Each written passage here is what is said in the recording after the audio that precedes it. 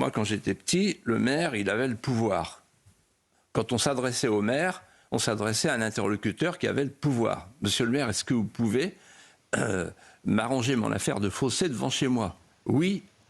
Maintenant, il dit, il faut que je vois avec la communauté de communes.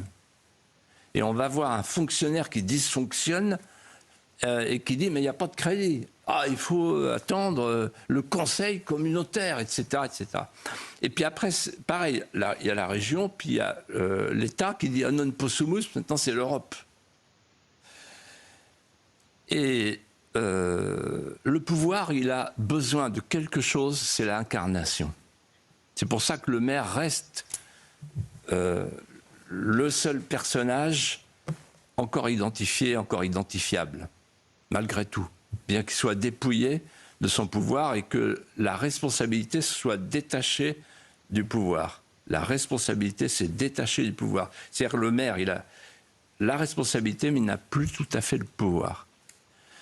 Et au moment où il faudrait rétablir le député-maire pour avoir à l'Assemblée des parlementaires qui connaissent le terrain et qui ne sont pas des gens hors sol, comme c'est le cas aujourd'hui. Regardez les écolos, entre autres, et tant d'autres. On a une classe politique qui est complètement déclassée parce qu'elle est déconnectée du réel. Bon, ben, parce qu'il n'y a plus de mandat local. Quand vous avez un mandat local, vous ramenez chaque problème national à sa dimension et à son enracinement local. La proportionnelle. On va faire la proportionnelle. La proportionnelle, ça consiste à donner le pouvoir aux partis, au singulier, et aux partis au pluriel.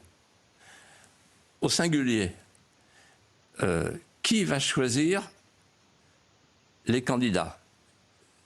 C'est pas moi, c'est pas vous, c'est le parti. Exactement comme aux élections européennes. Est-ce que vous connaissez vos députés européens dans votre coin? Absolument pas. Ben non. On ne connaît pas les députés européens. Pourquoi ils sont élus à la proportionnelle?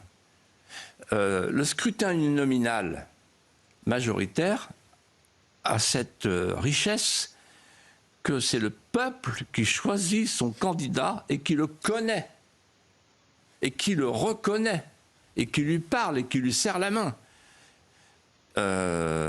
et qui le sanctionne. Vous ne pouvez sanctionner et contrôler que quelqu'un que vous connaissez. Le parti va choisir sur une liste des candidats qui seront élus sur la liste, indépendamment de leur qualité personnelle. C'est-à-dire qu'on choisira une idéologie ou un positionnement, comme on dit maintenant, une posture, mais à aucun moment on ne choisira la valeur personnelle du futur député. Donc, moi j'appelle ça une kleptocratie. Et ça a perdu la 4e République. Donc je dis, c'est le parti. Et j'ai dit, c'est les partis. En effet, dès que l'élection a eu lieu, les partis s'entendent entre eux. Et un grand constitutionnaliste, qui n'est pas Saint-Aignan, mais qui aurait pu l'être, a dit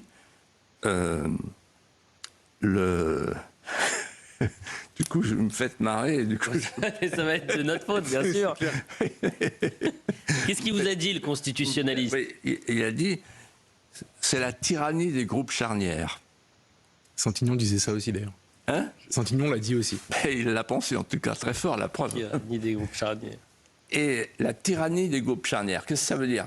Ça veut dire qu'en fait, donc, le peuple n'a pas à choisir ses députés, c'est le scrutin de liste proportionnel, et ensuite, il est 2 fois spectateur. Il est spectateur après, quand l'Assemblée est constituée, parce qu'il entend dire sur les chaînes concurrentes, il y a un accord entre tel groupe, et alors, mais avec 3 députés, vous êtes le roi de la fête, vous comprenez? C'est-à-dire, plus vous êtes petit, moins vous êtes représentatif, plus vous avez le pouvoir de la royauté finale. Parce que c'est vous qui faites, qui distribuez la couronne, finalement. Voilà. Et donc,